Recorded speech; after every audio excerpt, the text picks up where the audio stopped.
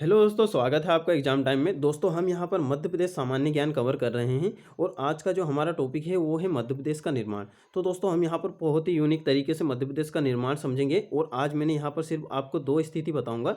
1947 से पूर्व मध्य प्रदेश की स्थिति कैसी थी और 1947 से 1956 के बीच मध्य प्रदेश की स्थिति कैसी थी। उसके बाद में ये हमारा पार्ट थर्ड है।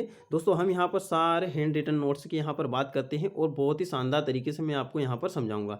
अब देखिए, मैंने यहाँ क्या लिया है। यहाँ पर देखिए, मध्य प्रदेश के 1947 के पूर्व की स्थिति इस प्रकार से मैप से हम यहाँ पर समझेंगे और 1947 से 1956 की स्थिति भी मैंने यहाँ पर मैप से बताई है। साथ में जो इन दोनों से संबंधित जो फैक्ट है, यानी कि जब जब ये गठित हुआ था उस टाइम के जो फैक्ट हैं, तो वो भी मैंने यहाँ पर सारे लिख दिए हैं और ये एग्जाम में पूछे आने की बहुत ज़्यादा संभावना है।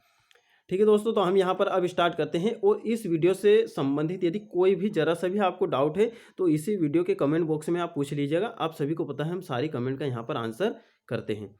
दोस्तों, यहाँ पर देखिए, मध्य प्रदेश के जो निर्माण की स्थिति है उसे आपको चार भागों में यहाँ पर समझना होगा। सबसे पहले हम यहाँ पर देखेंगे 1947 के पूर्व मध्य प्रदेश कैसा था, फिर 1947 से 1956 के बीच मध्य प्रदेश कैसा था, 1956 से सन 2000 के बीच में क्या क्या परिवर्तन हुए थे, किस प्रकार की उसकी स्थिति थी, सीमाओं में परिवर्तन हुआ था, जिलों में परिवर्तन हुआ था, और सन 2000 से अब तक की स्थिति। तो दोस्तों, ये जो दोनों टॉपिक हैं ये हम नेक्स्ट वीडियो में देखेंगे। अभी सिर्फ हम यहाँ पर 1947 और 1947 से 1956 की स्थिति यहाँ पर समझेंगे। ठीक है दोस्तों, अब देखिए यहाँ पर 1956 के बाद क्या हुआ था। आंतरिक पुनर्गठन हुआ था मध्य प्रदेश का और बाह्य बाह्य पुनर्गठन हुआ था। आंतरिक पुनर्गठन में हमारे जिलों का गठन आ जाता है और बाह्य पुनर्गठन में सीमाओं का गठन आता है, यानी सीमा क्षेत्र में क्या क्या परिवर्तन हुए थे। उसके बाद में सन 2000 में आपको पता है एमपी और सीजी का विभाजन हो चुका था, यानी छत्तीसगढ़ और मध्य प्रदेश का विभाजन हो गया था। उसके बाद में यहाँ पर नेक्स्ट हम फिर देखेंगे अगले वीडियो में कि जिला गठन नवीनतम और प्रस्तावित, और अभी 3 जिले प्रस्तावित है तो वो भी हम यहाँ पर बात कर लेंगे। अब दोस्तों, यहाँ पर देखिए, आप अपने आप को इतिहास में ले जाइए, यानी कि 1947 के टाइम मध्य प्रदेश कैसा था उस टाइम अपने आप को यहाँ पर इमेजिन कीजिए कि 1947 के टाइम में हम हैं।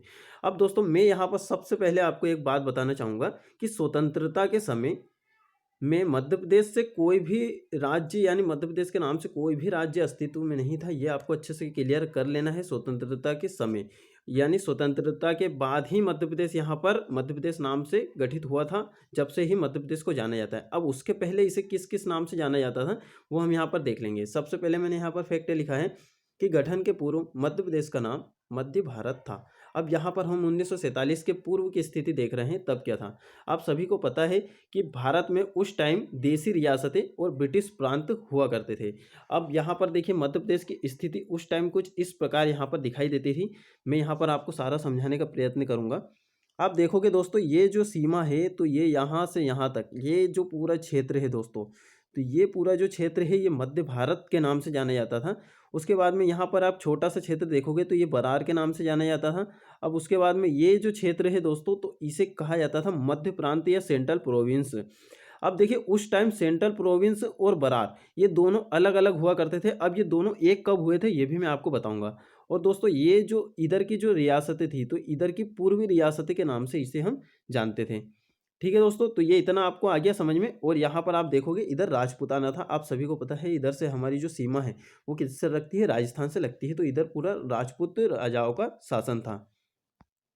अब यहाँ पर देखिए, जो समझने लायक जो चीज़ें हैं तो वो सेंट्रल प्रोविंस एवं बरार में ही है, क्योंकि देखिए जो हमारा जो मध्य प्रांत था इसे मध्य प्रांत के नाम से जाना जाता था 1947 के पूर्व।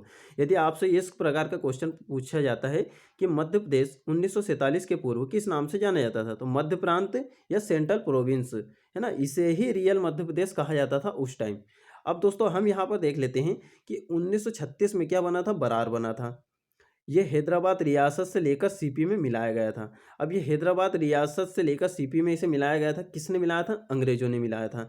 अब इसके जो प्रथम सीएम थे वो थे पंडित रविशंकर शुक्ल, और राज्यपाल कौन थे, ई राघवेंद्र राव। यानी जब ये सीपी और बरार, जब भी हम इसे सीपी बोलते हैं यानी सेंट्रल प्रोविंस और बरार, तो सीपी और बरार जब गठित हो गए थे तब इसके जो प्रथम सीएम थे वो पंडित रविशंकर शुक्ल थे और राज्यपाल कौन थे, ई राघवेंद्र राव थे। ये आपको अच्छे से यहाँ पर समझ लेना है। और दोस्तों इन दोनों की जो राजधानी हुआ करती थी उस टाइम, तो फिर यहाँ पर नागपुर थी। जब भी हम बोलते हैं कि गठन के पूर्व मध्य प्रदेश की राजधानी क्या थी, तो दोस्तों गठन के पूर्व मध्य प्रदेश की राजधानी क्या थी, नागपुर थी, और अभी भोपाल है। ये आपको ध्यान रखना है। अब भोपाल कब राजधानी बनी, कब जिला बना है, ये भी मैं आपको बताऊंगा। अब देखिए यहाँ पर नोट करके मैंने पॉइंट लिखा है कि गठन से पूर्व यही मध्य प्रदेश की राजधानी मानी जाती थी। यानी ये मानी जाती है, ऐसा कहते नहीं कि नागपुर ही होगी। बाकी अधिकतर मतलब बहुत सारे एग्जाम में पूछा जा चुका है, जैसे कि एमपी पुलिस, जेल प्रहरी, एमपी पीएससी, ऐसे एग्जाम में ये पूछा जा चुका है कि मध्य प्रदेश की 1956 के पूर्व कौन सी राजधानी हुआ करती थी। दोस्तों आपको ये सिर्फ देखिए यहाँ पर 1947 के पूर्व की जो स्थिति है उसमें सिर्फ इतना ही समझना था। अब जो रियल हमारा मध्य प्रदेश की जो गाथा स्टार्ट होती है, तो वो 1947 से 1956 की स्थिति, यानी ये समझने में हमें यहाँ पर थोड़ी सी प्रॉब्लम आएगी। यानी प्रॉब्लम तो नहीं आएगी, बाकी मैं आपको यहाँ पर बहुत शानदार तरीके से समझाऊंगा। तो देखिए यहाँ पर 1947 से 1956, अब देखिए मध्य प्रदेश, अब जो भारत है वो क्या हो चुका है, आज़ाद हो चुका है। अब यहाँ पर अलग अलग रियासतें, ब्रिटिश प्रांतों को यहाँ पर एकजुट करने की अब यहाँ पर बात चल रही है ना। क्योंकि अब भारत को क्या है, भारत को अब संविधान बनाना है, तो सभी राज्यों को और इनको एकजुट करने की अभी यहाँ पर मुहिम चल रही है। तो दोस्तों हम यहाँ पर देखेंगे, जैसे ही 1947 यहाँ पर लगता है, भारत जब आज़ाद होता है, तब क्या करते हैं, भारत को 4 श्रेणियों में बांट देते हैं। तो देखिए मैंने यहाँ पर भारत की 4 श्रेणियाँ भी लिखी है। 1947 में राज्यों की 4 श्रेणियाँ बनी। अब ये अगर आपसे ये क्वेश्चन बने कि भारत को 4 श्रेणियों में कब बांटा गया था, तो 1947, 1956, 1936, तो आपका राइट आंसर होगा 1947। अब यहाँ पर ब्रिटिश प्रांत एवं देशी रियासतें को एकत्र करने की यहाँ पर मुहिम चल रही थी, और इसमें सबसे आगे कौन थे, सरदार वल्लभ भाई पटेल। ये आपको पता है। अब देखिए मैंने यहाँ पर थोड़ा भारत का मैप शो किया है, यहाँ मैं आपको बताऊँगा। तो दोस्तों जो ये भारत की ये स्थिति है, तो यहाँ से लेकर यहाँ तक के ये था पार्ट बी, और दोस्तों ये जो पूरा पार्ट था, ये पार्ट था सी, और ये पार्ट था ए। और दोस्तों जो डी पार्ट था वो हमारे भारत से थोड़ा सा अलग यहाँ पर अंडमान निकोबार द्वीप समूह में था। यानी अंडमान निकोबार जो द्वीप समूह थे, उन्हें हम यहाँ पर क्या कहते थे, पार्ट डी से जाना जाता था। तो आप सभी को पता है कि मध्य प्रदेश स्वतंत्रता के पूर्व या फिर गठन से पूर्व कितने स्टेटों में बटा हुआ था, तो 3 स्टेटों में बटा हुआ था, क्योंकि यहाँ पर मध्य में केंद्रीय स्थिति है हमारे मध्य प्रदेश की। अब दोस्तों मैं यहाँ पर आपको और थोड़ा समझाने का प्रयत्न करता हूँ। अब देखिए हम आ जाते हैं हम मध्य प्रदेश के मैप पर। अब देखिए यहाँ पर हम पहले ये मैप को अच्छे से समझेंगे। तो अब देखिए मैं आपको यहाँ पर बताता हूँ कि उस टाइम गठन से पूर्व, अभी देखिए अभी मध्य प्रदेश की जो सीमा है वो अभी किसी से नहीं लग रही, ना तो उत्तर प्रदेश से ना किसी से, क्योंकि अभी गठन नहीं हुआ है। राज्यों का पुनर्गठन या फिर राज्य पुनर्गठन आयोग कब बना था, 1953 में बना था। तो 1953 से फिर यहाँ पर सीमा लगेगी। फिर आप सभी को पता है 7 राज्यों से सीमा लगती थी जब गठन हुआ था मध्य प्रदेश का। तो अभी किसी से भी सीमा नहीं लग रही है, तो ये आपसे पूछा भी नहीं जाएगा। तो दोस्तों यहाँ पर हम देख लेते हैं। देखिए यहाँ पर मैं आपको बताता हूँ, अभी मैंने आपको बताया कि पार्ट 3 बटे थे, तो ये देखिए ये हमारा पार्ट बी आ गया, ये इधर इधर का क्षेत्र पार्ट बी हो गया।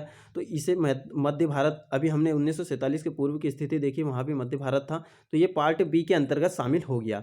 उसके बाद में दोस्तों ये देखिए यहाँ पर ये था विंध्य प्रदेश जो पार्ट सी था, तो ये पार्ट सी में ही भोपाल रियासत भी शामिल थी, है ना। इसका भी मैं आपको क्लियर करूँगा, जो भोपाल रियासत थी वो किस पार्ट के अंतर्गत थी, वो पार्ट सी के अंतर्गत थी। अब दोस्तों ये जो पूरा क्षेत्र था, अब देखिए ये वाला जो क्षेत्र है कितना बड़ा हो चुका है, तो ये पूरा पार्ट ए में शामिल था। ये आपको कंफर्म हो गया होगा, ये था पार्ट ए, मैंने यहाँ लिखा नहीं है, बाकी यहाँ पर पार्ट ए है, ये आपको अच्छे से समझ में आ जाना चाहिए। तो 1947 के टाइम ही यहाँ पर बरार और मध्य प्रांत यानी सेंट्रल प्रोविंस को यहाँ पर शामिल कर दिया गया था। अब इसमें देखिए क्या क्या शामिल थे, इसमें सेंट्रल प्रोविंस, बरार, महाकौशल, महाकौशल भी एक अलग से रियासत थी जो कि यहाँ पर सेंट्रल प्रोविंस में शामिल की गई थी। उसके बाद में देखिए बघेलखंड, छत्तीसगढ़, यानी छत्तीसगढ़ तो उस टाइम गठित नहीं था, बाकी जो छत्तीसगढ़ साइड की जो पूर्वी रियासतें थी वहाँ पर ये थी। ठीक है दोस्तों, अब हम यहाँ पर एक एक पार्ट समझ लेते हैं। तो दोस्तों सबसे पहले हम यहाँ पर भोपाल राज्य समझेंगे, यानी भोपाल राज्य के साथ क्या है। देखिए यहाँ पर भोपाल राज्य का मैं थोड़ा सा छोटा कर देता हूँ। अब देखिए यहाँ पर जो ये भोपाल राज्य आपको दिख रहा होगा दोस्तों, तो ये देखिए यहाँ पर ये है भोपाल राज्य, तो ये पार्ट सी के अंतर्गत शामिल था। अब मैंने इसका यहाँ पर लिखा है कि आधुनिक भोपाल की नींव दोस्त मोहम्मद खान ने डाली थी। आधुनिक भोपाल की नींव किसने डाली थी दोस्तों, दोस्त मोहम्मद खान ने। उसके बाद में ये कौन थे, ये अफगान सरदार थे।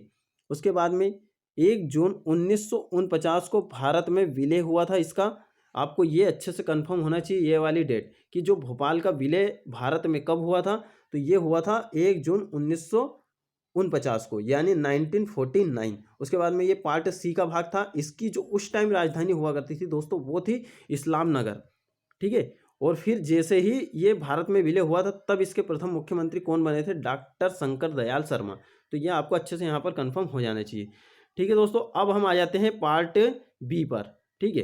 पार्ट बी नहीं दोस्तों, हम पहले यहाँ पर अब पार्ट सी देख लेते हैं। देखिए पार्ट सी मैंने अभी आपको बताया विंध्य प्रदेश, जिसमें भोपाल रियासत भी शामिल थी। अब जो ये पार्ट सी था तो इसकी राजधानी क्या थी, उस टाइम रीवा थी। इसमें कितनी रियासतें शामिल थी, इसमें दोस्तों 38 रियासत शामिल थी, जो कि सर्वाधिक थी। यानी जो पार्ट ए, बी और सी, तो इन तीनों पार्टों में यदि आपसे पूछा जाए कि सबसे ज़्यादा रियासतें किस पार्ट में शामिल थी, तो दोस्तों वो पार्ट सी में शामिल थी। इसके जो राज प्रमुख थे उस टाइम थे मार्तंड सिंह। और ये मैं आपको बता दूं ये रीवा के महाराजा हुआ करते थे मार्तंड सिंह 1948 में। अब फिर 1900 जब तो ये जो राज प्रमुख था इसका जो दायरा था, यानी कि इनका जो पद था वो मुख्यमंत्री के समान ही होता था उस टाइम। और जैसे ही 1952 आया तो उस टाइम इसके जो मुख्यमंत्री कौन बन गए थे, पंडित शंभुनाथ शुक्ल।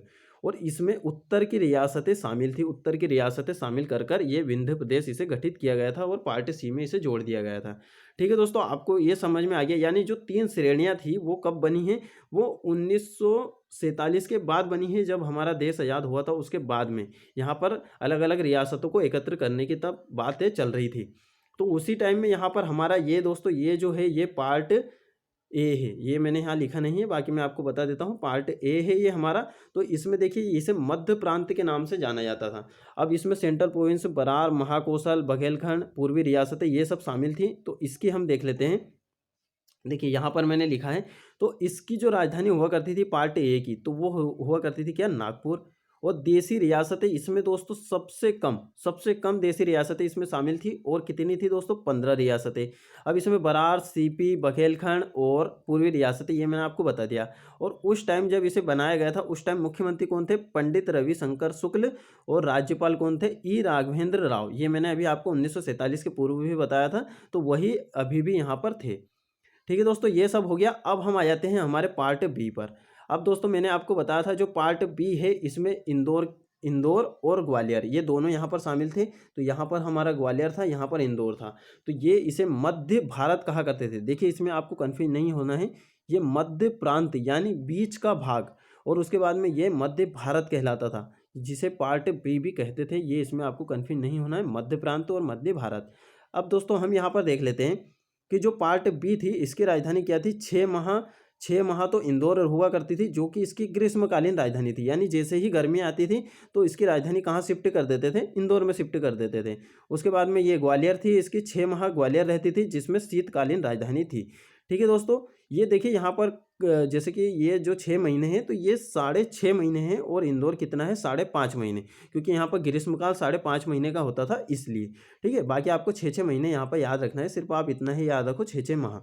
उसके बाद में इसमें जो रियासतें शामिल थी दोस्तों वो थी यहाँ पर 25 रियासतें इसमें शामिल थी।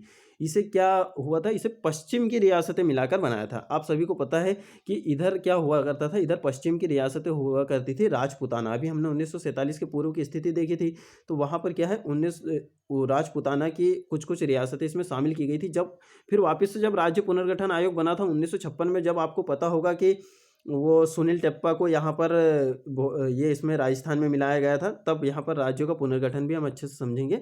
अभी यहाँ पर इतना ही समझिए आप। उसके बाद में देखिए मुख्यमंत्री यहाँ पर लीलाधर सेठ थे। तो दोस्तों इतना आपको कंफर्म हो गया। देखिए ये मैप मैंने बनाया है, इसमें आपको पूरा मैंने समझाने का प्रयास करा है। यदि कोई भी इससे संबंधित कोई भी डाउट है तो आप पूछ लीजिएगा, मैं या आपका कमेंट में भी जवाब देते हैं हम। अब मैंने यहाँ पर नोट करके लिखा है कि 1956 गठन से पूर्व जो मध्य प्रांत था, यानी सीपी और बरार का जो क्षेत्र था, वही वास्तविक मध्य प्रदेश था, जिसकी राजधानी क्या थी, नागपुर थी। और ये अलग अलग एग्जामों में पूछा जा चुका है। अब दोस्तों ये हमारा यहाँ पर कंफर्म हो गया। अब देखिए यहाँ पर हमने 2 स्थिति यहाँ पर देख ली है, 1947 के पूर्व की स्थिति, और दोस्तों यहाँ पर हमने ये भी देख लिया 1947 से 1956 की भी स्थिति। अब दोस्तों हम यहाँ पर अब बात करेंगे कुछ नोटेबल फैक्ट की। नोटेबल फैक्ट ये बहुत आईएमपी है आपके लिए, आपको ये फैक्ट बहुत कम देखने को मिलेंगे बुक में, आपको अलग-अलग बुक में ये ढूँढना पड़ेगा। क्योंकि मैंने 2 से 3 बुक जैसे कि एक मुकेश माहेश्वरी, पुणेकर और जो एग्ज़ाम गुरुजी के नोट्स हैं और जो मेरे पहले से हैंड रिटन नोट्स बने थे, उन्हें ही मैंने यहाँ पर वापस से बनाया है क्योंकि बहुत सारी चीज़ें परिवर्तित हो चुकी है और मैंने यहाँ पर हर एक चीज़ बिल्कुल कन्फर्म करके यहाँ पर लिखा है। ठीक है दोस्तों, अब देखिए यहाँ पर नोटेबल फैक्ट है कि मध्य प्रदेश को 1947 में क्या कहते थे? मध्य भारत कहते थे। और मध्य प्रदेश को 1947 से 1956 तक क्या कहते थे? मध्य प्रांत यानी सीपी बरार यानी सेंट्रल प्रोविंसेस। और उसकी जो राजधानी थी वो आपको पता है, नागपुर। उसके बाद में दोस्तों मध्य प्रदेश को 1956 के बाद क्या कहते थे? तो 1956 के बाद नाम पड़ा था मध्य प्रदेश। और वो नाम किसने दिया था दोस्तों? पंडित जवाहरलाल नेहरू ने। ये आपको अच्छे से यहाँ पर ध्यान रखना है। ठीक है दोस्तों, इतना आपको कन्फर्म हो गया। अब दोस्तों हम यहाँ पर बात कर लेते हैं कि मध्य प्रदेश की राजधानी, देखिए मध्य प्रदेश की राजधानी कब क्या थी ये आपको मैं बताता हूँ। देखिए 1947 के पूर्व तो मध्य प्रदेश नाम से कोई भी राज्य अस्तित्व में नहीं था। अब बात करते हैं हमारा जो मध्य प्रदेश है वो 1947 यानी गठन की जो प्रक्रिया है वो 1947 से ही शुरू होती है, ये आप मान के चलिए। तो 1947 से 1956 तक इसकी राजधानी क्या मानी जाती है? नागपुर। और 1956 में यानी 1956 में से लेकर अब तक इसकी राजधानी क्या है? भोपाल है।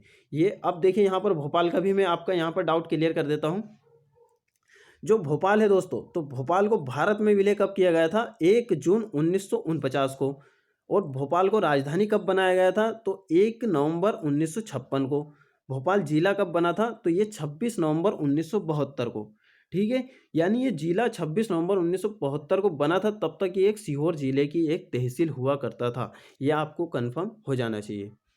अब वो दोस्तों यहाँ पर अब देखिए मैंने आपको भोपाल का भी बता दिया था, आधुनिक भोपाल की स्थापना किसने की है? दोस्तों मोहम्मद खान ने, जो कि एक अफ़गान सरदार हुआ करते थे। अब दोस्तों यहाँ पर देखिए आधुनिक भोपाल की बात हो रही है यहाँ पर, है ना? जो भोपाल है, भोपाल की जो स्थापना है वैसे तो परमार वंश के राजा राजा भोज ने की थी, ऐसा माना जाता है। बाकी यहाँ पर आधुनिक भारत की बात हो रही है। अब दोस्तों यहाँ पर महाकौशल, देखिए महाकौशल मैंने आपको बताया था, महाकौशल पार्ट ए में शामिल था। उसकी राजधानी क्या थी? जबलपुर थी। ठीक है दोस्तों, अब पार्ट ए पूरा ब्रिटिश प्रांत से बना था। आप सभी को पता है सीपी और बरार पूरा ब्रिटिशों के मतलब कि ब्रिटिश के कब्जे में था। तो फिर ये पूरा जो पार्ट है वो ब्रिटिश प्रांत से मिलकर बना था। उसके बाद में जो बाकी जो पार्ट थे उसमें कुछ ब्रिटिश प्रांत, कुछ देसी रियासतें मिलकर उसे बनाया गया था। अब ब्रिटिश भारत या सेंट्रल प्रोविंस उसे कहते थे। ये आपको हो गया कन्फर्म। उसके बाद में देखिए स्वतंत्रता के पश्चात, ये मैंने आपको बता दिया, बाकी मैंने यहाँ पर लिखे भी हैं ताकि वहाँ अगर समझ में नहीं आता तो यहाँ अच्छे से समझ लीजिए। स्वतंत्रता पश्चात मध्य प्रदेश 3 पार्ट या 3 स्टेट में बांटा गया था। पहला पार्ट क्या था दोस्तों? मैंने आपको बता दिया है वैसे तो मैप में, सेंट्रल प्रोविंस और बरार, जिसे क्या कहते थे? मध्य प्रांत। उसकी राजधानी क्या हुआ करती थी? नागपुर। अब पार्ट बी, जिसे क्या कहते थे? मध्य भारत, जिसकी राजधानी इंदौर और ग्वालियर ये दोनों हुआ करती थी। उसके बाद में देखिए पार्ट सी, तो यहाँ पर विंध्य प्रदेश के नाम से इसे जाना जाता था और इसकी राजधानी क्या हुआ करती थी? उस टाइम रीवा हुआ करती थी और भोपाल रियासत भी इसमें ही शामिल थी। तो दोस्तों ये मैंने आपको मैप से इसलिए बताया क्योंकि देखिए मैप क्या है, हमारे दिमाग में एकदम छप जाता है और हमें अच्छे से यहाँ पर याद रहता है। बाकी ये आप देखिए, आपने भी जहाँ पर एमपी के नोट्स बनाए हैं तो इन्हें आप अच्छे से नोट कर लीजिएगा क्योंकि ये बिल्कुल कंक्रीट पॉइंट है। और जैसे कि अगर कोई भी डाउट है तो आप बता दीजिएगा। मध्य प्रदेश को ब्रिटिश काल में सेंट्रल प्रोविंस और बरार के नाम से जाना जाता था, ये मैंने आपको बता दिया है। 1948 में मध्य भारत का राज प्रमुख नियुक्त कौन हुए थे? अब देखिए जो मध्य भारत था हमारा, जो पार्ट बी था, तो 1948 में उसके जो राज प्रमुख हुए थे वो कौन थे? वो थे जीवाजी राव सिंधिया। और उसके उप राज्य प्रमुख कौन थे? यशवंत राव होलकर। यानी होलकर और जो ये थे सिंधिया, तो आप सभी को पता है ग्वालियर के सिंधिया थे और होलकर कहाँ के थे? इंदौर के थे। और ये दोनों रियासतें कहाँ किस में शामिल की गई थी? पार्ट बी में शामिल की गई थी। ये आपको अच्छे से कंफर्म कर लेना है। अब दोस्तों यहाँ पर है कि भोपाल रियासत में नवाबी शासन 1949 तक रहा था। देखिए 1 जून 1949 को आप सभी को पता है कि यहाँ पर भोपाल का भारत में विलय हो गया था। तो जो नवाबी शासन था बस उसी टाइम था। अब जैसे ही इसका भारत में विलय हो गया तो वहाँ पर नवाबी शासन हटा दिया गया था। उसके पीछे भी एक बहुत ही इंटरेस्टिंग कहानी है, तो फिर कभी हम बताएंगे। बाकी आप ये यहाँ पर सिर्फ इतना ही आप समझ लीजिए। देखिए 1 जून 1949 को गृह मंत्री सरदार पटेल के प्रयासों से नवाब हमीदुल्ला देखिए नवाब हमीदुल्ला उस टाइम नवाब थे और से भारत सरकार का एक विलय समझौता हुआ था और उसी टाइम 1 जून 1949 को भोपाल को किस में शामिल किया कर दिया था, भारत में, ना कि मध्य प्रदेश में। ठीक है, ये आपको अच्छे से यहाँ पर ध्यान रखना है, क्योंकि मध्य प्रदेश रियल अगर बात करें कि अस्तित्व में कब आया तो 1956 के बाद ही आया था। अब यहाँ पर नोट करके मैंने लिखा 1947 से 1956। तो मध्य प्रदेश 3 स्टेट या 3 पार्टों में बांटा गया था। यदि भाग की बात की जाए तो देखिए उस टाइम क्या हुआ था कि ये जो भोपाल रियासत के जो ये नवाब हमीदुल्ला थे, तो इन्होंने मना कर दिया था यहाँ पर मिलने के लिए भारत में। ठीक है, तो ये क्या अपने आप को एक अलग ही भाग मानते थे उस टाइम, तो ये आपको ध्यान रखना है। बाकी अगर आपसे क्वेश्चन आता है कि मध्य प्रदेश कितने स्टेटों में बांटा गया था, तो यहाँ पर आपका जो राइट आंसर है वो 3 ही होगा। बाकी यदि आपसे भाग पूछे जाए कितने भागों में या कितनी रियासतें में बांटा गया था, तो उस टाइप आप लगा सकते हो 4। बाकी आप ये अच्छे से इसे याद रखिएगा, 3 स्टेट में बांटा गया था, है ना, भोपाल रियासत सही। तो दोस्तों यहाँ पर मैंने आपको अच्छे से समझाने का प्रयत्न करा है। अब देखिए हम कल के जो वीडियो हमारा आएगा उसमें हम क्या समझेंगे, 1956 से 2000 की स्थिति, है ना, ये समझेंगे। और 1956 में दोस्तों जो आंतरिक और बाह्य गठन हुआ था, ये बहुत ही शानदार तरीके से हम समझेंगे। और बिल्कुल जिले की मैंने आपके ट्रिक भी बनाई है कि कौन कौन से किस में जिले हुए थे, सीमाओं में क्या क्या परिवर्तन हुआ, तो बहुत मैंने शानदार ट्रिक उनकी बनाई है। और 1956 से 2000 के बीच में जो जो जिले गठित हुए हैं अभी तक, तो सबकी मैंने ट्रिक यहाँ पर बनाई है, यानी कुछ कुछ की नहीं बनी है, बाकी मैंने कुछ कुछ के ऐसे बनाई है ताकि आप भूलोगे नहीं। तो दोस्तों ये आपको एमपी जीके का ये कैसा लगा आपको, आप बता सकते हो कमेंट में। और मिलते हैं फिर नेक्स्ट वीडियो में। और इसी प्रकार हमारी ये सीरीज चलती रहेगी। आप चाहे तो हमारे टेलीग्राम चैनल से जुड़ सकते हैं, व्हाट्सएप ग्रुप से जुड़ सकते हैं, फेसबुक ग्रुप से भी जुड़ सकते हैं। इस वीडियो के डिस्क्रिप्शन में हमने लिंक देकर रखे हैं। ठीक है दोस्तों, मिलते हैं फिर नेक्स्ट वीडियो में।